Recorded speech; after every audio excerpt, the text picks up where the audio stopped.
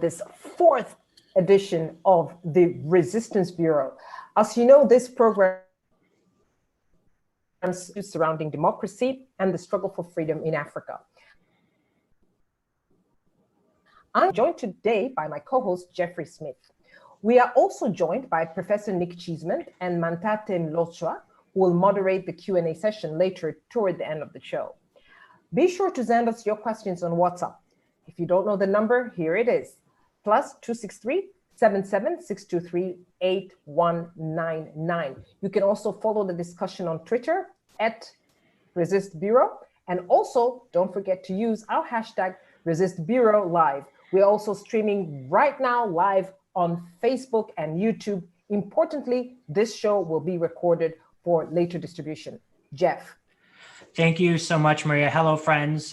Thanks, everyone, for joining us today. As we know, and why we're gathered here today, there's a very concerning crackdown on political rights and civil liberties taking place in Tanzania, one that is being perpetrated by President John Magufuli and his CCM party, the longest tenured ruling party in all of sub-Saharan Africa.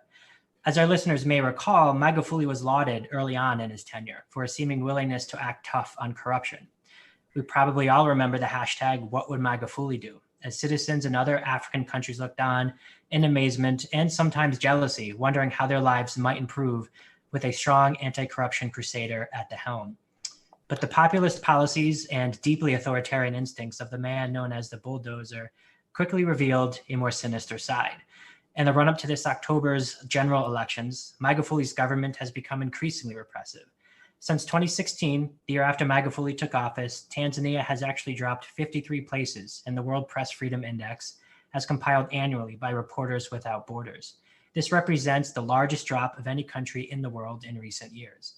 And Magufuli's disregard for the basic tenets of democracy extends well beyond the media sphere. By means of legislation, and often through extra-legal means, the regime has sought to muzzle independent voices, particularly those of the political opposition, some of whom we'll hear from today, but also members of civil society, the business community, and even organized religion. Some indeed worry that this is the start of a process that will see Magufuli attempt to recreate the one-party state and remove term limits, turning him into a president for life. Maria, over to you.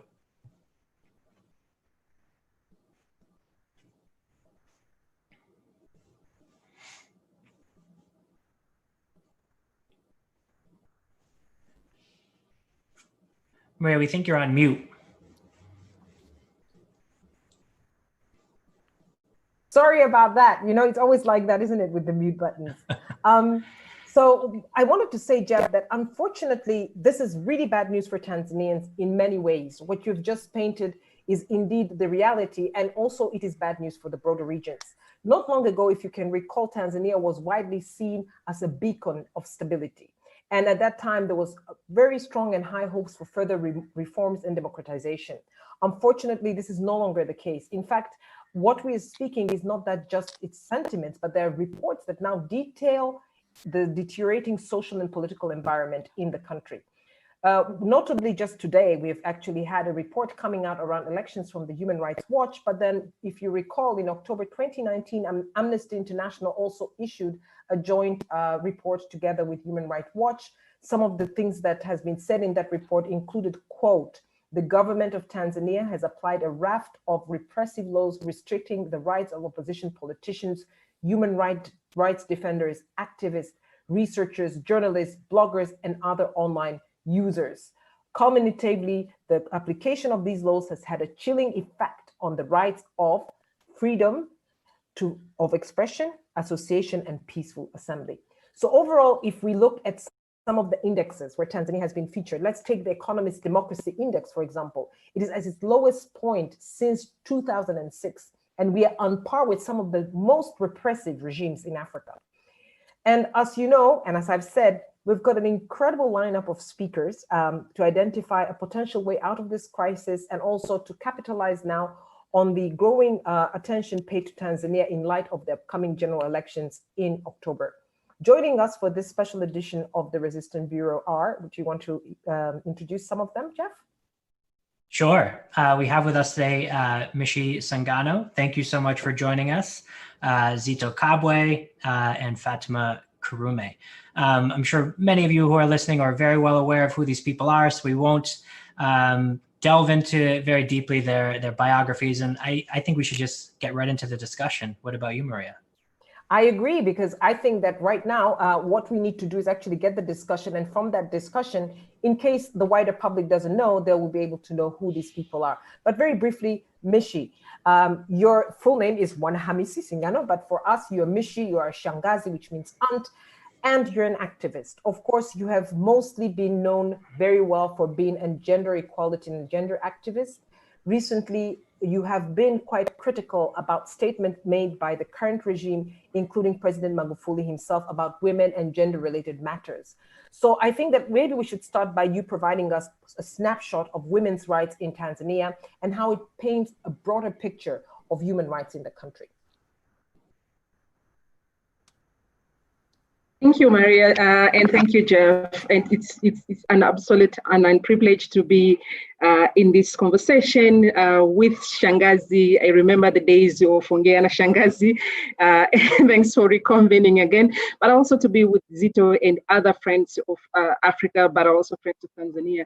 I think it is unfortunate, however, in so many ways from the women's rights perspective, that for the first time when we had, for example, vice president, the first woman vice president, and it is the time when we have, in so many ways, women being insulted, humiliated, oppressed, ridiculed in ways that we have never had it before.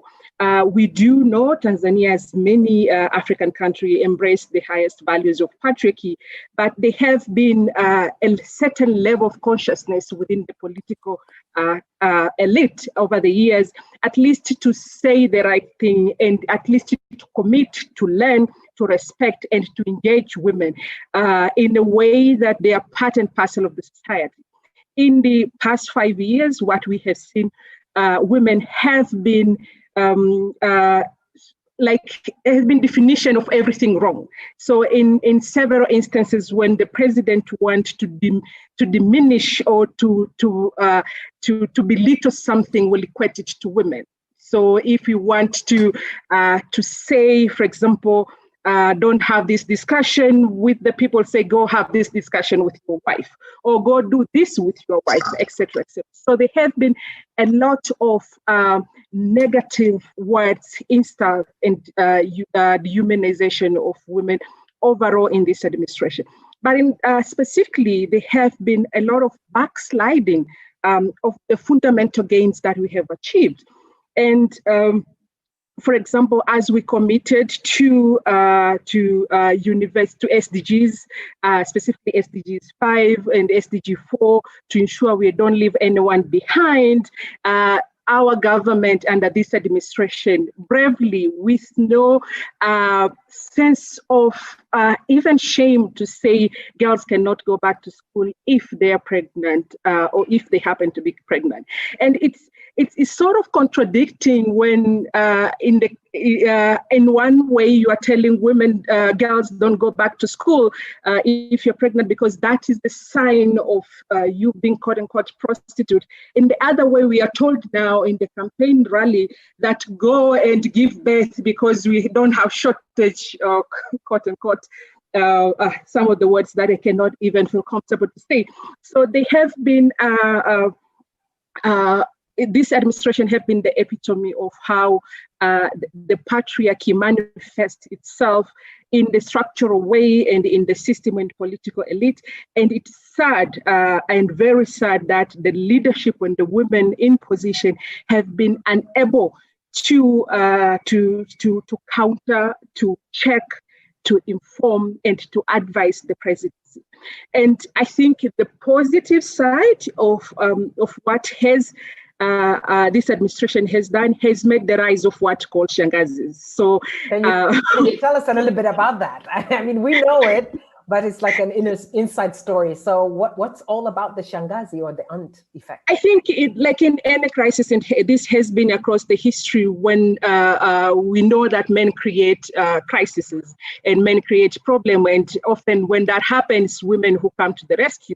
So when the state is captured, when the professionalism is being put on pocket, when decency is no longer a standard that elite aspire, Shanghazis, the women who call themselves Shangazi, that include Fatma, Maria, and the rest, the clan which is growing of Shanghazis has taken to themselves to reclaim their place in the society and to put a stop and to bring back the certain level of decency and to tell the president and the presidency and the administration that we, the women of this country, we cannot be taken for a ride. Wonderful. And I think if you allow me, Jeff, I'll just jump onto Fatma. Please. There because I would like Fatma to a little bit talk about that. Actually, on Twitter, she calls herself Shangazi wa Taifa, which means the aunt of the nation. And it will be really good to get to know. And Fatma, as many of you will get to hear from her, is a prominent lawyer and activist. Fatma, what is this Shangazi effect about and where did it stem from? What's the background? Well, okay, so I believe it was in 2017, the president of the United Republic of Tanzania, John Magufuli, had a crisis on the eastern coast, southern Tanzania, where they grow the staple, not staple food, but the cash crop is cashew nuts. So what happened at that material time is he did not give some subsidies to the cashew growing community, and he had a rebellion of his backbenchers, and including, of course, the prime minister who comes from that area, although he's a front bencher, but there was a rebellion from the backbenchers. And to get the backbenchers into order, most of whom were men, by the way, other than one woman, he said he would not tolerate the rebellion, the backbench rebellion, and he would start off by beating up their aunties. I took absolute affront to this because I could not understand why, assuming, of course, they were in error, why beat up the women? And this goes back to Mona Hamisi's point here that the women are always getting the short end of the stick in this administration. So even when Magufuli thinks that men are misbehaving, it is the women who ultimately get the punishment. So the Shanghazis, he said, I would beat your aunts, who are, by the way, in a patriarchal system. In Kiswahili, Shangazi is the name for the sister of your father. So in a patriarchal system, a paternal aunt is extremely important, an extremely important person. And she is an extension, actually, of your father. So to say that I'm going to start off by beating up your paternal aunt is to really ridicule the role that women have played for generations and for centuries in our culture on the paternal side. And of course, I'm a Shangazi. I have two brothers, and I feel I'm quite an important member of this patriarchal family. That's wonderful. And they kind of like me as a Shangazi. So yes, I took on that name and I said, enough is enough. I'm a Shangazi. You want to start beating up Shangazis? Start with me, thank you very much, because I'm not going to be ashamed of being a Shangazi. So and that's how we started. Yes, and you did get quite a brunt of that so-called beating, even if it's not a physical beating necessarily, but we'll talk about that a little bit later. I just wanted to follow up with you, Mishi, about the so-called COVID-19 pandemic and the way that what has been going on in Tanzania. You have that have existed, Tanzanian community, who have spoken up about President Magufuli's personal response to the coronavirus pandemic. And one of the things that, in case for the international public, if they're not aware, the government has stopped reporting on new cases at the end of April, and it has been generating actually some quite strong rebuke from the World Health Organization. The question here, Mishi, is going to be, what impact do you think this particular decision has had on the country, but also overall, what does this tell you about President Magufuli's leadership qualities? I think with the question around COVID response to Tanzania, it's in so many ways a complicated question to us as activists and citizens of the globe, but also as citizen of Tanzania. Of course, COVID has taken lives of many, including within my family as well. And I think I did put it on record at some point when the COVID started. And there have been a lot of evolution on how it has been handled, and it started with a denial, I should say, but it was a denial with at least a certain level of action, and some of those actions were action which intend to cover up the magnitude of the problem, to fill in to the denial approach. And I feel at one point when, for example, the number of death rise and issues and people were complaining, I think there was a stand that was taken to sort of stop it and say, as a country, we don't have COVID. And I feel in so many ways the denial of the crisis, how it was treated, the approach that was taken. We sent a private jet to Madagascar to pick what was called a treatment which was not proven by either African CDC or WHO, and we have seen how Madagascar has further after that, escalated into sort of like corona crisis of theirs. So it has been a denial approach, I would say, and I think in summary, I think it has been in so many ways a denial approach which the president has taken.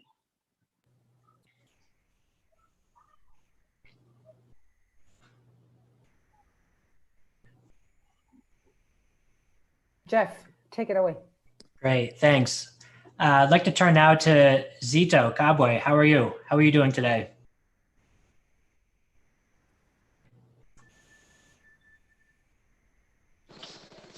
I am very good, Jeff. Good. Thank you so much for joining us. I know you have an incredibly busy schedule gearing up for the October elections. Yes, campaigns have started. Yeah. And we know, and certainly those listening know that you've been at the forefront of the democratic struggle in Tanzania for many years now. And recently here in Washington, D.C., Tanzania's foreign minister visited, promising U.S. officials that the country would hold truly free and fair elections. And as we know, President Magufuli himself has also said so publicly and has been quoted in major media outlets as saying the same. So I have a simple question for you. Does this rhetoric match the reality on the ground? It is not at all. And we know now what the foreign minister wanted from the U.S. authorities. You remember it was the time that the World Bank has withheld funding for the education sector following the outcry from the civil society organizations in Tanzania regarding the right of the pregnant schoolgirls being allowed to go back to school. So the foreign minister went to lobby. The president made a public commitment to the free and fair election. He met 3 leaders from 3 different opposition parties and announced a free and fair election. And then the foreign minister went to the US to say the same. Actually, it was the same time when the president committed and the arrival of the foreign minister in Washington, D.C. It was just a rhetoric. And what we are observing is completely different from the commitment that the president gave to the public and to the international community. As you know, and as many people know now, it is in public, a number of opposition parliamentary candidates and councillor candidates, actually thousands of councillor candidates, have been disqualified from contesting. And this is not news, because last year in in November, we had a civic election where people are electing leaders at the lowest level of our governance structure. And they did the same. There was massive disqualification in 3 different stages, which at the end of the day, only 4% of the opposition candidates were allowed to contest. And then we boycotted. They have repeated the same for the general election.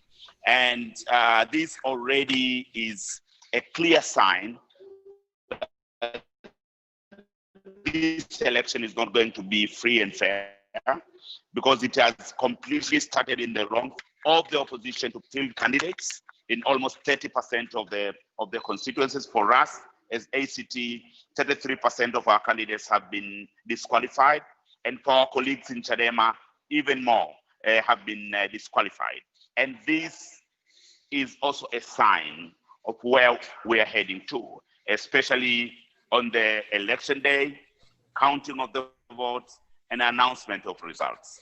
And we are really, really worried that Tanzania is going back to single party system if we are not going to do something about it. Right. Thank you for that contribution. And you've painted a very dire picture, and already we've heard from several other speakers the way in which the situation is trending in a negative way. So, in light of this clampdown on civil society, on opposition leaders such as yourself, I'd like to ask you how you and your colleagues in the opposition, whether in the ACT, your own party, but you also mentioned Chadema, the other major opposition party in the country, how have you adjusted your campaign strategies, and how do you really see this situation evolving now that we're 2 months away from a very likely contentious election? One, we said it clearly, because there is a campaign run especially by the civil society and mostly by people online for an independent electoral commission. Some of the leading activists on that are here with us, Maria and Fatma, and at times Mwana Hamisi. But we decided to participate in this election in order, one, to set a record very, very clear, because CCM and the regime wanted us to boycott the election. So they go scot-free and they continue to rule forever. We said, no, we should not give them that. So we decided to participate on, but also, and I have to say this very clearly, people are preparing themselves to mobilize in order to defend their democratic rights. I'll give you an example. Our party's stronghold is in Pemba Island. One of the strongholds is in Pemba Island, where there are 18 parliamentary seats, and all of them are safe seats for ACT. 9 of our parliamentary candidates have been disqualified for flimsy reasons, for reasons that doesn't hold water at all. And that means CCM wants to deny us 9 out of 18 parliamentary seats. And we know the reason why they want to do that. Because CCM needs a 2/3 majority from Zanzibar in order to enable them change the constitution of the country to allow President Magufuli as much as he wants. And we have appealed at that, but also we are preparing people. If the appeal will not succeed, We are preparing our members. We are preparing the people from the constituencies where the candidates have been disqualified to go to the streets and demand reinstatement, unconditional reinstatement of the parliamentary candidates. So the coming weeks or few days are going to be days to watch in Tanzania, because people are fed up. People will no longer let the system go free with whatever they want to do. We know they have the army, they have the police, but at the end of the day, if people decide, and we are preparing our people for that. Thank you for that. And really quickly before I turn it back over, you've talked about in broad strokes the evolving situation in Tanzania. But if I could, I'd like to get personal just for a moment here, because you have been routinely persecuted and charged with very serious and various crimes in Tanzania. I would love for you to give an update on the current charges you're facing, those that have been levied against you, and what we as a global audience, those tuning in from all over the world, what should we be paying attention to? What's the update on the status of the charges against you? And, what should we really be keeping our eyes on, particularly in the next 2 months in the lead up to October 28? I don't think I face serious charges as my colleague Tundu Lissu faces. I was not shot 16 times as my colleague was shot. So for me, I see these are just the challenges that we have to face and the stumbling blocks, but that we have to go through. And I had a criminal case that they decided I should not incite people for a year. So I've been given like a vacation for the whole year not to incite. But what is an incitement?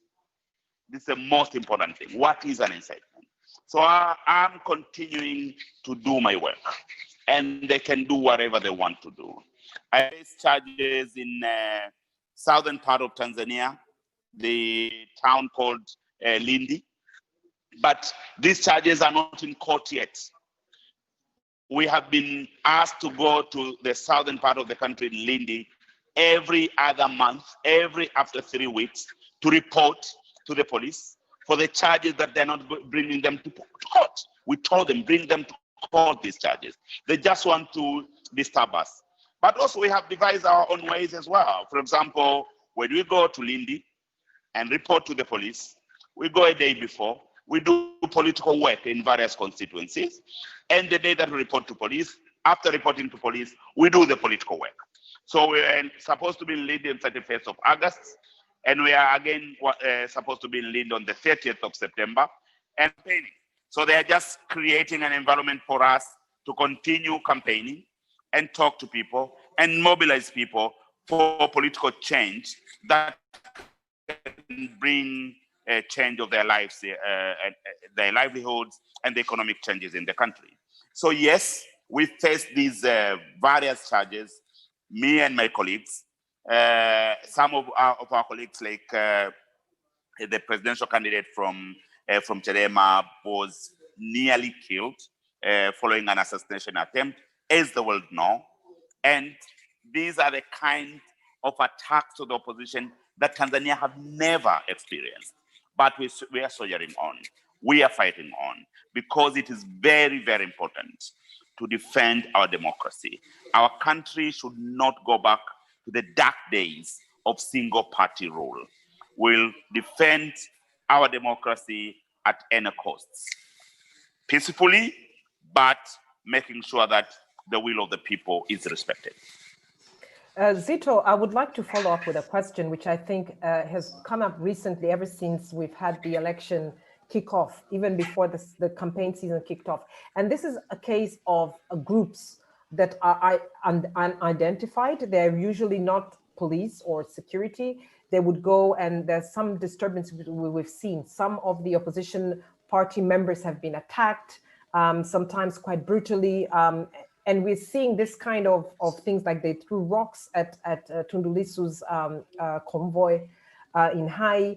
What can you say about that? What is your experience on the ground as somebody who's very active on the ground? What have you seen, and what do you think this is? I mean, it's very new in Tanzania. I've never seen this kind of violence before. Yeah, I'll give you an example of Ruangwa constituency. The constituency with the prime minister of the country, the current prime minister, represented in parliament in the previous parliament, and just recently has been announced that he passed unopposed. What happened? We had opposition candidates, and for example, candidates from ACT, they were abducted. We had 3 candidates within the party primaries. So they abducted the one who won the primaries, and he was hospitalized. We decided to take the second one to go and collect the forms. He was attacked by machetes. We decided to go for the third one.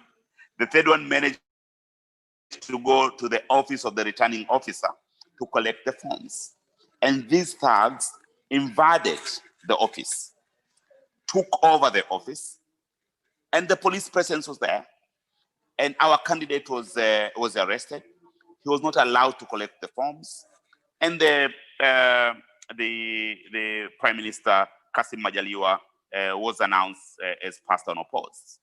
You have mentioned the stone throwing in Arusha, or even the bombing of Chadema offices in Arusha. The famous foreign minister, Kilosa, our candidate was arrested by Corruption Bureau, telling this poor guy who is a mayor agricultural officer in that district and decided to contest against an imposed candidate, Professor Palamagamba Kabudi. And the poor boy was arrested. He's in 20s, sent to the central police station in Morogoro, and he was released after the nomination time has passed. These are the new normal, what is going on in Tanzania. And a number of constituencies, candidates were attacked by thugs. So CCM and the state, I believe, has created these groups, either through the youth wing of the party or mere thugs in the street who attack, abduct, and sometimes even injures the opposition candidates in order to stop them not to contest. And we have all these cases and we have documented these cases. And we have written to the National Electoral Commission about these issues. Maria, my biggest worry is it will be very, very bad in the run-up to the voting day. I am very sure that there will be massive violence in order to deter people from going to vote. And the international community should have Tanzania under the watch in order to ensure that this country is not going to the ruin. And as leaders, we'll play our part. We will expose these things and expose these shenanigans and whoever is supporting them. But we need the international community to see. We play our part, but the international community has a role as well to make sure that these things don't continue in our country. Thank you, Zito, so much. I know we only have a few minutes before we get to our question and answer session, but I want to pick up on a theme that, Zito, you were talking about, and Fatima, I'd really love to bring you back in here. Zito was talking about the new normal in Tanzania, this incessant repression that vocal supporters of democracy and human rights are facing. And you, of course, are one of the most high-profile human rights defenders in the country, and you've done so at great personal risk. As a result of your work, for instance, defending figures such as opposition leader Tundu Lissu that Zito mentioned, your office was literally firebombed. You've also been disbarred from your legal work for demanding that the president follow the Constitution. I would love if you could, tell our listeners, given your involvement with the judicial system and the courts, how can the courts in Tanzania, if at all, be used to hold the Magufuli regime accountable? Is that possible? Well, we tried. I was invited to speak to the opposition, and I spoke to the members of the opposition in Zanzibar, and I said, listen, we have to try to use the system that we have to hold the Magufuli regime accountable, because after all, the constitutional system sets out checks and balances in the form of the judiciary and a parliament to check and balance each other, including the executive, of which Magufuli is head. Now, we did try, and I have to say it's extremely difficult when you have a judiciary that is really handpicked by the president himself. He has the right to nominate and appoint judges, and he does it very, very well, by the way, and conscientiously so. It's not a duty that he ignores in any way. So we have had minimal successes. So in my particular case, I had a client of mine, and he's actually Ado Shaidu. We took Magufuli to court for appointing an attorney general who actually is not qualified, constitutionally qualified, to be an attorney general, because the Constitution sets levels of experience of an attorney general. So you have to be somebody, to be an attorney general in the United Republic of Tanzania, you have to be somebody who is qualified to be an advocate for at least a period of 15 years. This particular man, who's the present attorney general, Kilangi, just doesn't have those qualifications. And we took the president to court on that. We lost. Kilangi took absolute affront to the fact that I had dared suggest that he was unqualified. The consequence of that was he complained to the judge who was listening to the case, and said, I'm the head of the bar. He's actually not the head of the bar, according to the advocates at his advocate number 1, and it's an honorary position. It's not head of the bar. The head of the bar is normally chosen by the Law Society and is the president of the Tanganyika Law Society. At the material time, I believe I was the head of the bar. I was the president of the Tanganyika Law Society. You know, he took affront to that too, because he believes the fact that he's been given this honorary position as advocate number 1, he's assumed, and of course this comes from lack of experience, that he's head of the bar. He's not. He just simply, we have a system, a role of advocates where, you know, you come in. I'm, for example, advocate number 848 on the roll, and there's some who are 2,000, 5,000, whatever. So as you come in, the day you become an advocate, you're given a number on the roll, and that goes to seniority, not to head of the bar. The head of the bar is always the president of the Tanganyika Law Society. Now, he took affront to that. He complained that I had in a submission said he was not qualified, which, you know, I do admit to have said, and that was the purpose of the case. The whole case was about the fact that he wasn't qualified to be an attorney general of this country. He didn't like it, and I was disbarred. I was suspended from the bar without being given an opportunity to be heard, without a case being brought against me. I was suspended swiftly, indefinitely, and the lesson that members of the bar were given is, do not dare take President Magufuli to court for breaching the Constitution of the United Republic of Tanzania. And who gave this lesson to members of the bar? The principal judge of the High Court, Judge Feleshi. So that sort of puts, I think, the judiciary under a microscope as to the independence of the judiciary. But, you know, the beauty about advocates is that we never give up. So what happened is another person came along and decided, no, I'm still going to take Magufuli to court for breaching the Constitution of the United Republic of Tanzania. And they did take him to court. And another judge decided that it was perfectly acceptable under the Constitution of the United Republic of Tanzania to take the president of the country to court for breaching the Constitution, because the Constitution allowed you to do so. What did the Magufuli regime do? It went to court, amended not the Constitution because it didn't have the requisite 2/3 majority from Zanzibar parliamentarians to amend the Constitution. It amended the procedure law that allows you, the law that allows you to bring a case to court.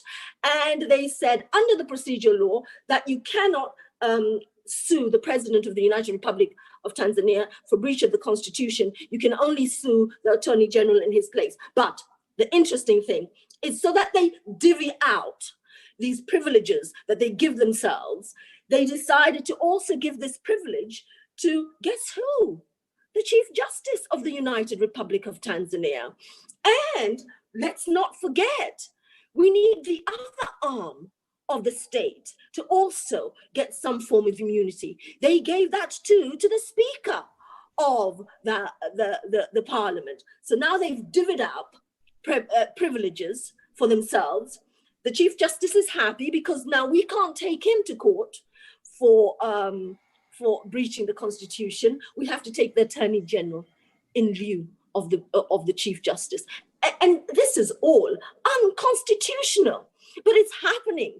And Parliament are passing these laws protecting a cabal of people who have taken our Constitution and made a mockery of it. For me, this is not acceptable. This is repression in the highest order. Right. Wow. Well, thank you for that. I have so many follow-up questions, but I also understand we're running a bit short on time, and we've had so many questions in the past few days come in from fans of the show and listeners of the show. So I'd really like now to turn it over to our colleagues, Nick and Mentade. I know you've been busy on WhatsApp over there getting questions in. There's been lots of interest in this show, so I'll kick it over to you guys.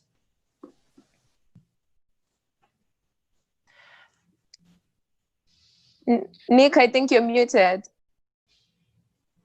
People right now who are watching us on Facebook or watching us on YouTube, and they're sending in questions from all over the world. A couple of thoughts quickly before we get to those for Mentade. I think one thing I just wanted to point out is that, the Magufuli pattern that we're talking about here, we've seen in other countries. It's quite similar to me to the pattern we saw in Zambia under President Sata and to an extent under the current President Lungu, where, a populist leader gets elected. There's a lot of excitement about that leader as a man of change. The leader curries favor by doing things like sweeping the street, making quick changes.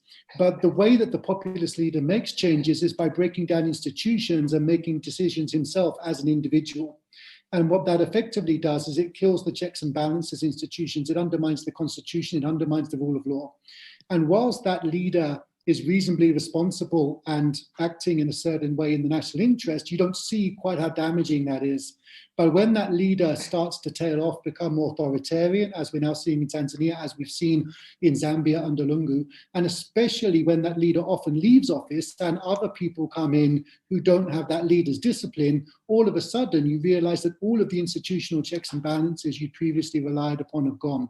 And that's the real long-term damage that the populist leader can do to a political system. And I think we've seen that in a number of countries now, that there's a real long-term cost as well as the short-term cost. And it's easy to look at the short-term potential gains. Oh, we've seen some movements on corruption. If those movements on corruption aren't institutionalized, for example, in a proper anti-corruption commission, what they basically amount to is a small number of individual achievements by the president that actually can weaken your overall ability to stop corruption in the future. Now, what I really wanted to ask our panel about is, I spent most of my career working on the kind of one-party state in Africa in places like Tanzania, Zambia, Kenya, Senegal, Cote d'Ivoire. There's only one of those parties still standing, and that's CCM. Of all of the parties I studied for my PhD, every single one of them fell in elections in either the 1990s or the 2000s. And it's really interesting to me because CCM did not deliver economically in the 1970s, 1980s, or 1990s. So this is a ruling party that has held power when almost all others have broken down, despite not delivering economically for most of its existence. And I'd really like to know from the panel, where does the sustainability and durability of this ruling party come from? I mean, some of my students have written PhDs on this and looked at political training and ideology in the Nyeri years. Other people have looked at this as patronage and clientelism in the 90s. Some people suggest the absence of real ethnic politics around big building blocks prevents the opposition being able to mobilize as easily. But I'd really like to get us to look a little bit deeper at why is this ruling party so durable, when actually for much of its life it hasn't really performed that well economically. That's it for me, and now we'll take a couple of questions from Mantadi, and then we'll give the panel an opportunity.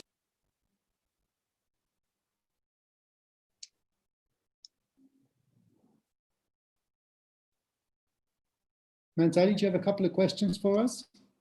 Thank you so much, Nick.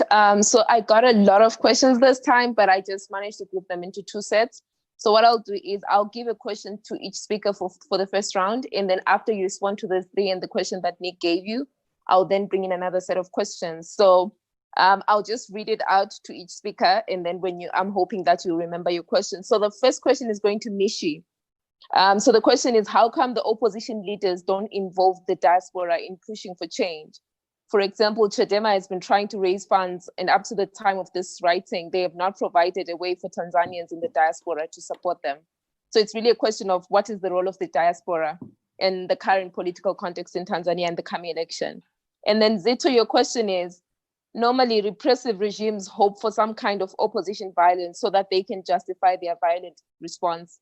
How are you planning to avoid giving the government an excuse to label the resistance as rebellious, considering the pledge we heard from Zanzibar that they are already writing their will and are ready to die? And then the question for Fatma is, recently the African Court ordered Tanzania to amend the section of the constitution to allow challenging the presidential election results. I'm not a lawyer and so need clarity as to whether this option is on the table for this election. If it is, what are the risks? If it's not, why is it not? And what needs to be done to ensure that it's an option? So I'll have Mishi going first, and then Zito, and then Fatma.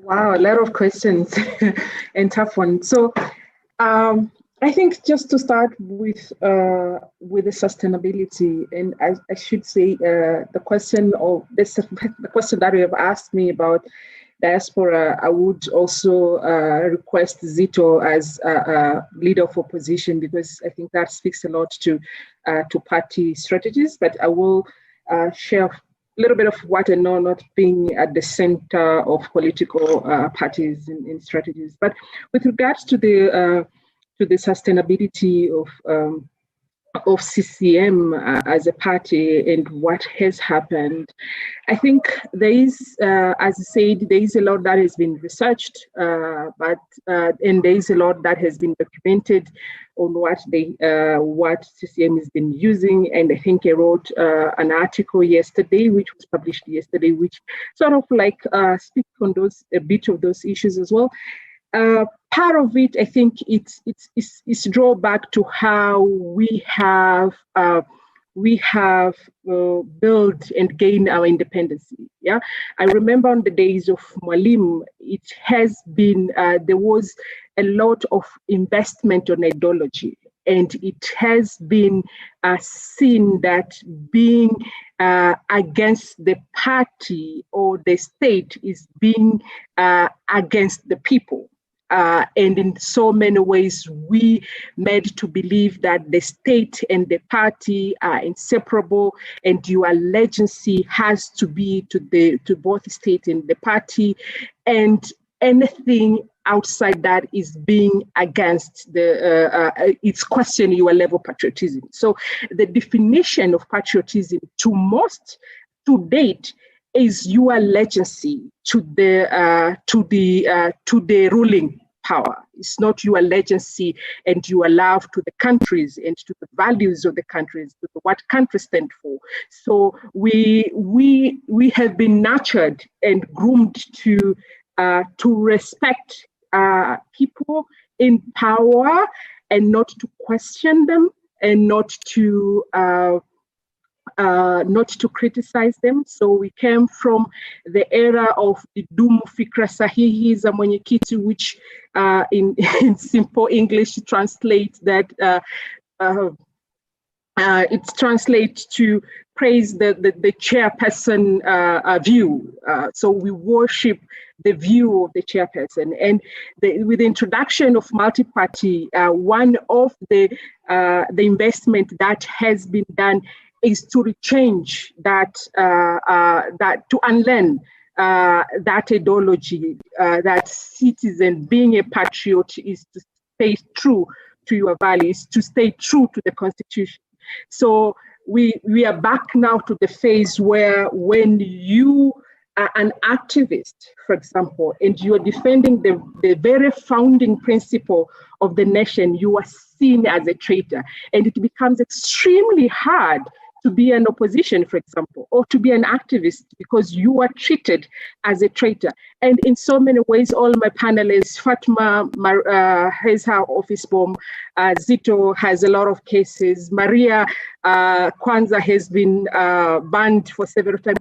All of them has carried, all those who have challenged the power has carried a lot of scars and has carried a lot of pain.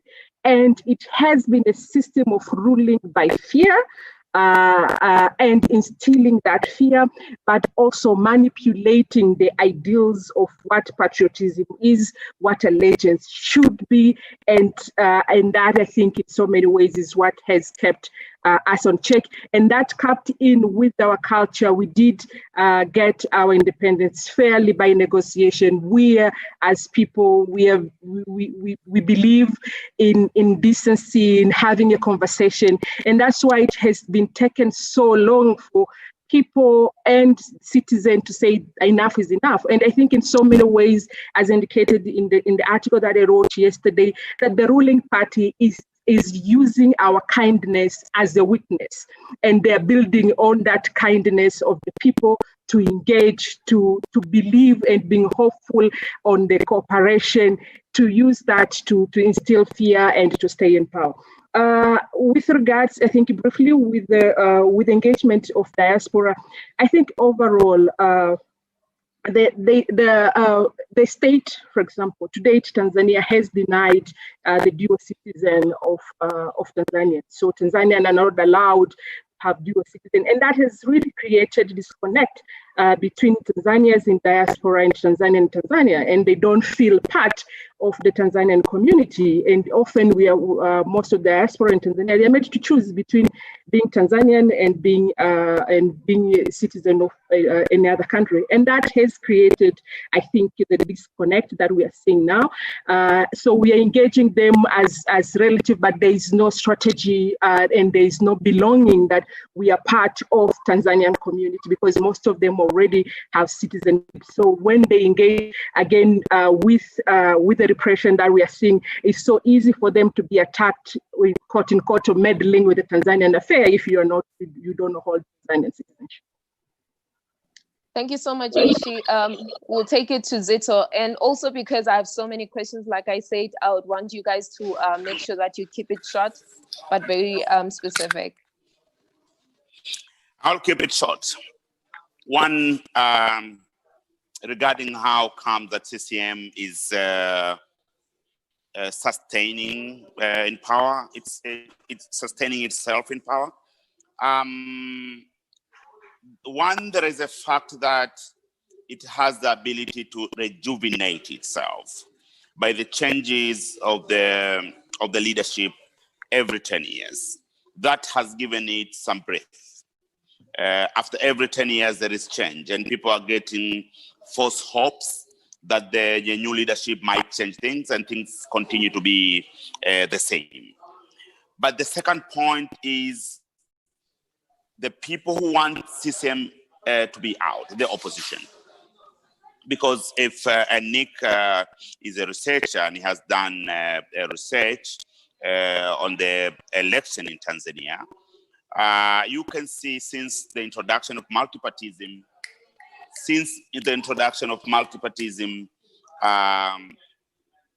Tanzanians have been voting the opposition for more than almost up to 40%, especially at the parliamentary level.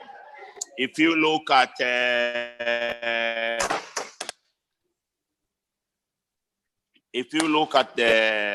parliamentary elections since 1995, you have the opposition getting close to 40% all the time.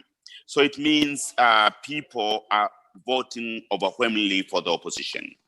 And the opposition is failing to mobilize further votes in order to cross the 51% and be able to remove CCM. So at one point, it is the strength of CCM on being able to rejuvenate itself.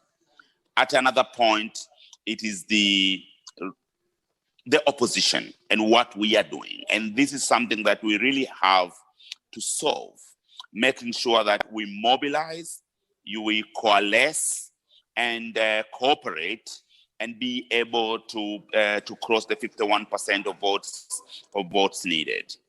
On diaspora, we are engaging the diaspora, and we are trying very much. Our party has the largest diaspora support because of the Zanzibar base. There are a lot of Zanzibaris in diaspora. And also, even Chadema, they have branches in diaspora in various parts. For example, in the United States, they have branches in different cities. So we are engaged in the politics at home.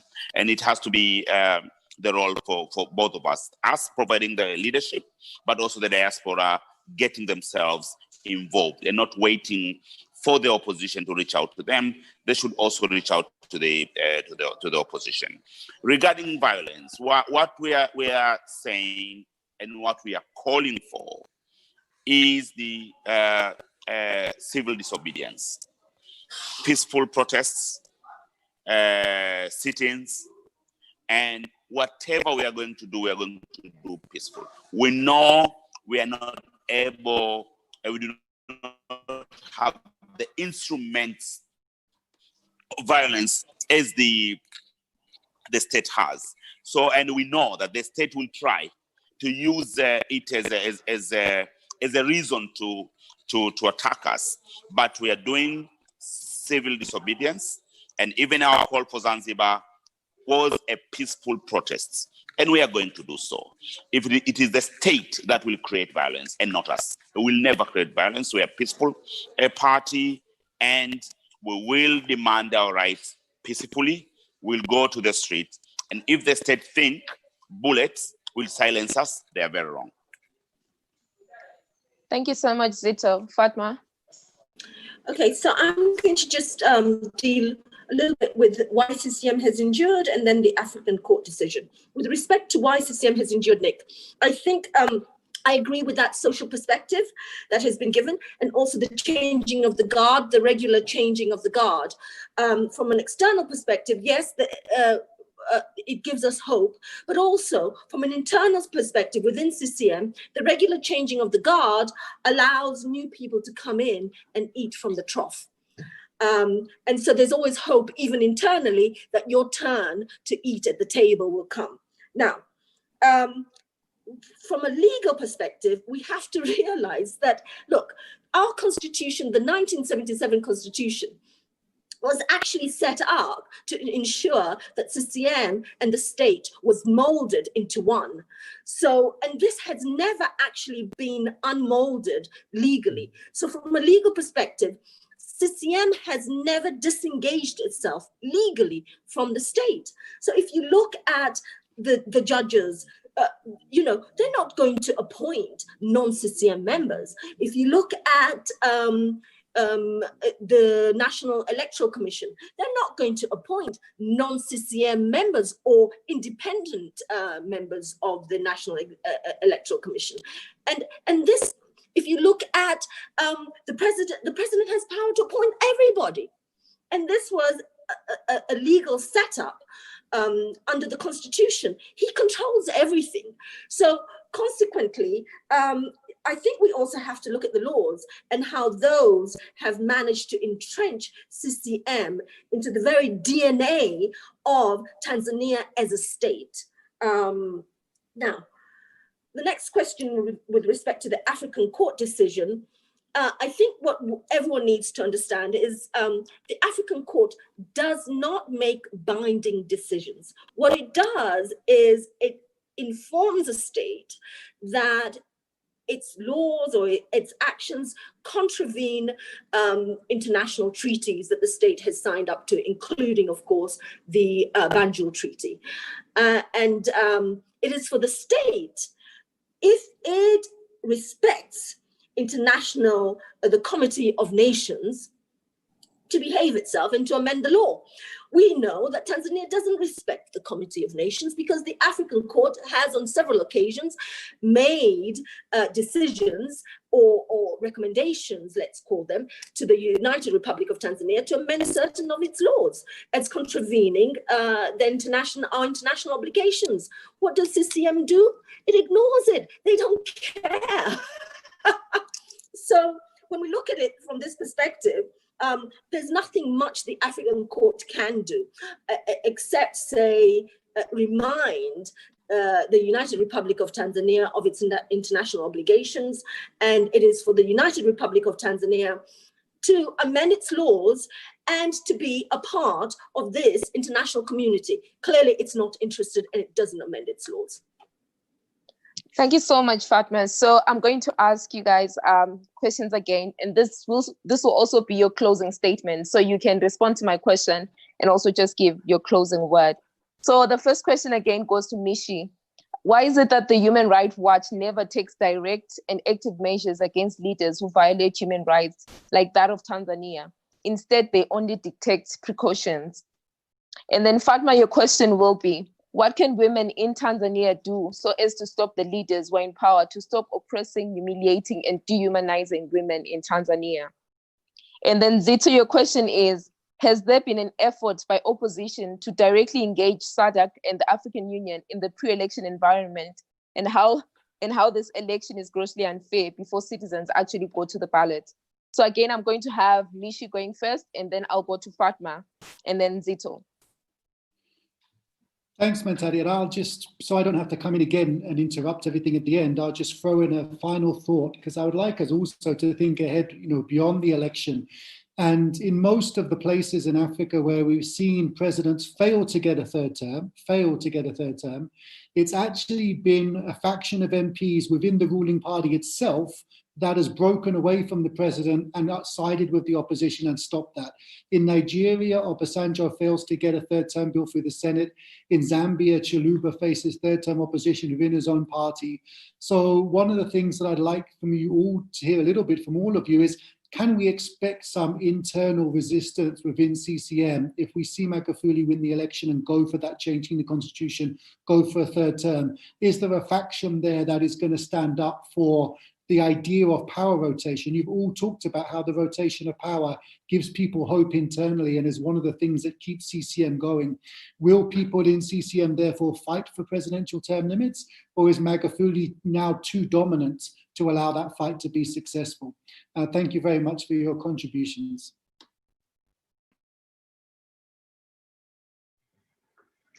Thank you. And if we have to start with your question or recommendation, I solely believe that there is nobody who is going to stop him. If anything, what we have seen this year, most of the CCM contestant, which they have been a record high of CCM contestant in their primaries, and most of them, they said, we want to be member of parliament to praise the president, to join forces. And it was really disheartening that we have the president and the regime has created a narrative and the need for him to be praised and worshipped to the extent everyone within the circle, they're not doing their job. I solely believe that being a leader comes from the need of us as a population to have a leader, not necessarily that you know everything, not necessarily that you are the perfect one, not necessarily that you are revealed. And that's why, for example, we have all the leaders have advisors, but in this regime, it tends to be the other way around. It's the president who make decision, who advise the technocrats, who advise the advisors.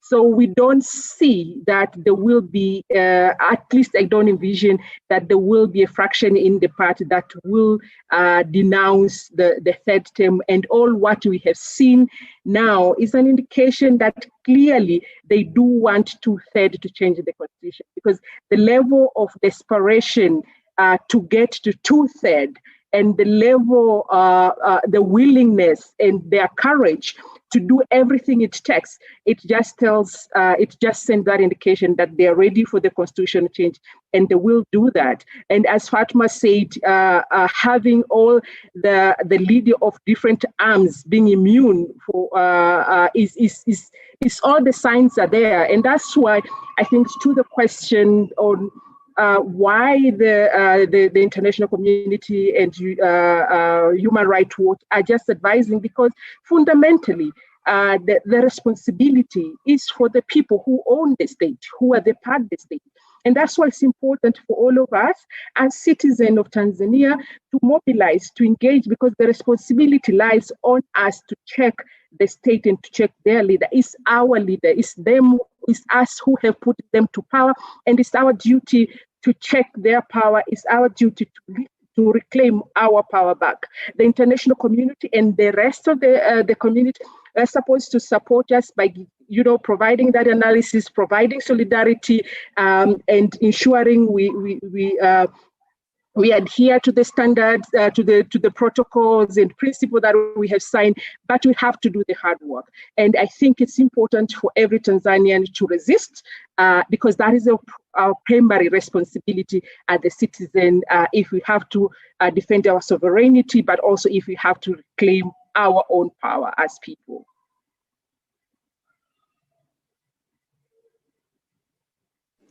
Are you done, Mishi? Yes, thank you. Yes, okay. Please.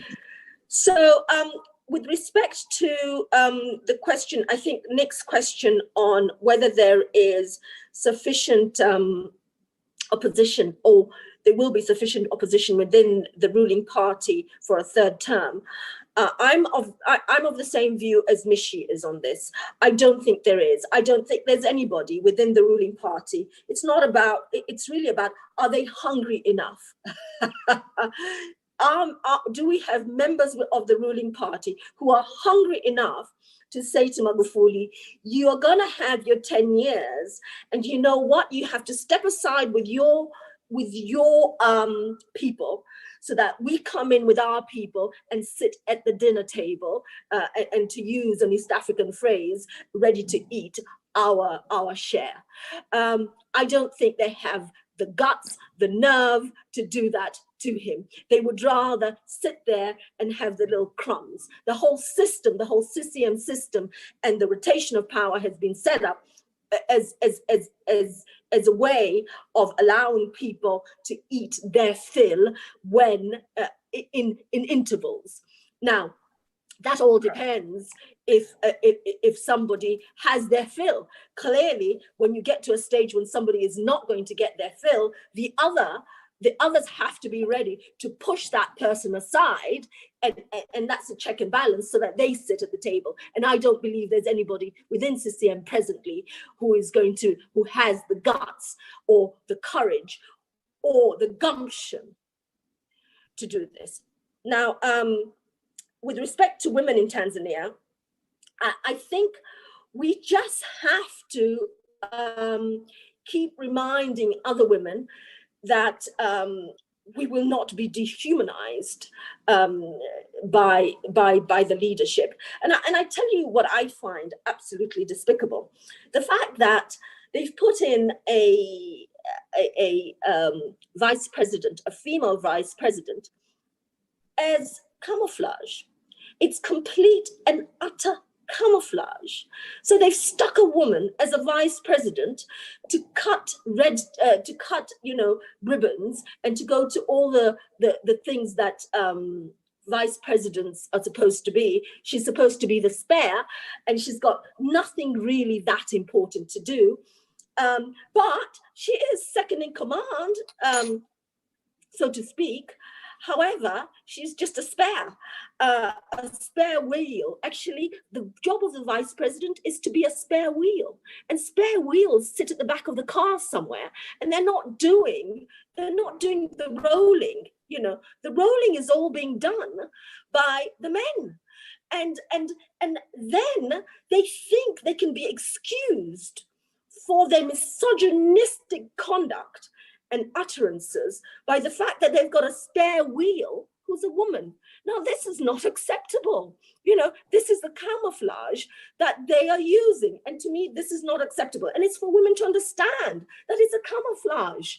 It's the men who are running the show, and they think that by sticking a woman in the back as a spare tire, they can dehumanize all of us. No, to the men, you cannot dehumanize us.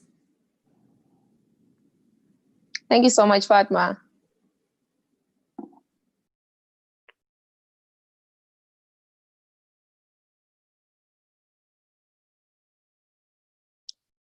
Zito, I think your mic is muted. Thank you. Yeah, first, I believe, and this is a fact, that Magufuli has captured the state and Magufuli has captured the party, CCM. And it is very difficult now to imagine that there will be dissenting voice within CCM. But the next CCM Congress in 2022 is a Congress to watch and to see if really CCM will be able, and CCM members will be able to get back their party. But as much as it is CCM, the M stands for Chama cha Magufuli. It's a Magufuli party. He has managed to impose his own people who have no history in CCM, and now they are the leading leaders of CCM. The Secretary General of CCM had no history with CCM. The Publicity Secretary of CCM had no history with CCM. So Magufuli has captured CCM, and Magufuli has CCM members, ambitious CCM members, who will come up and say, no, you have served your 2 terms, leave us, and we go on. But as I said, the Congress of 2022 will be a Congress to watch as far as that is concerned. And the second question was about opposition. What? Reaching out to the SADC and the African Union. Yes, we do. We have done. We have written a letter to the African Union, to the East African Community, and the Southern African Development Community, SADC, and call for the SADC observation mission in Tanzania. Because as you know, this election has no observation mission, no international observation, and all major civil society organizations who had amassed experience in observing elections, the local observers, they have been denied the permission to observe the election. So it's going to be an election without observers. I know that there are some government-owned NGOs who are who have been given the permission to observe the election, but these will just try to legitimize the electoral process. And as we have seen, the election has already been stolen even before the voting day. Thank you so much, Zito, and thank you so much to every one of the speakers. I think you did great in responding to the questions. Before I throw it back to the host, I think one of the things that's been coming up as a response, as also a question, has been that, isn't it that the 51% mark that you're wanting to reach could be reached if the political parties somehow find common ground, because fighting divided somehow is splitting the vote? So I think this is something that we can think about, and potentially the citizens as well can begin to engage on. So I'm just going to throw it back to Maria and Jeff. Absolutely. Thank you, Mentade. Yeah.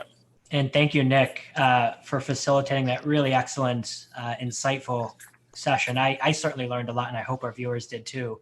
And of course, thanks so much to our listeners again for taking the time to be with us today and by sending us all of your questions. Thank you to our inspiring panel, each of our speakers, and to my co-host, Maria. The response to the show continues to really be overwhelming for us, and we are so appreciative and we're so humbled because truly, speaking honestly, it's been our amazing speakers on each of our first 4 episodes, including those from today who have really made this show the big success that it is. So thank you so much. And to our viewers especially, please do not hesitate in the meantime to follow up with us on our website, theresistancebureau.com, and by signing up for our fantastic newsletter there.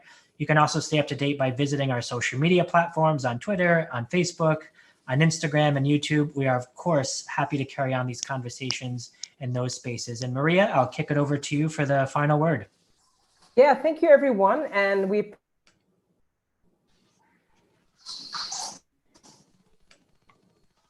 appreciate this show with you, Jeff. And I would like also to thank, of course, the brilliant panel that you talked about. Fatma, Mishizito, this has been really, truly, I think, a great discussion that we had. I'm seeing a lot of interaction already coming up. I would like to thank a lot Nick and Mantate, because, you know, as you know, this conversation broadens up, gets a different perspective. Peter's there behind the scenes, you know, making everything happen. Thank you so much. And of course, I would like, yay, clap. And of course, I would like to say that I'd like to thank all of you listeners, because without you, we wouldn't be able to put a show to that. Whatever happens, when you see the Resistance Bureau, make sure you log in. These are the we get when we are being faced in the middle of struggles. And you know, as they say, committed and thoughtful citizens to change the world.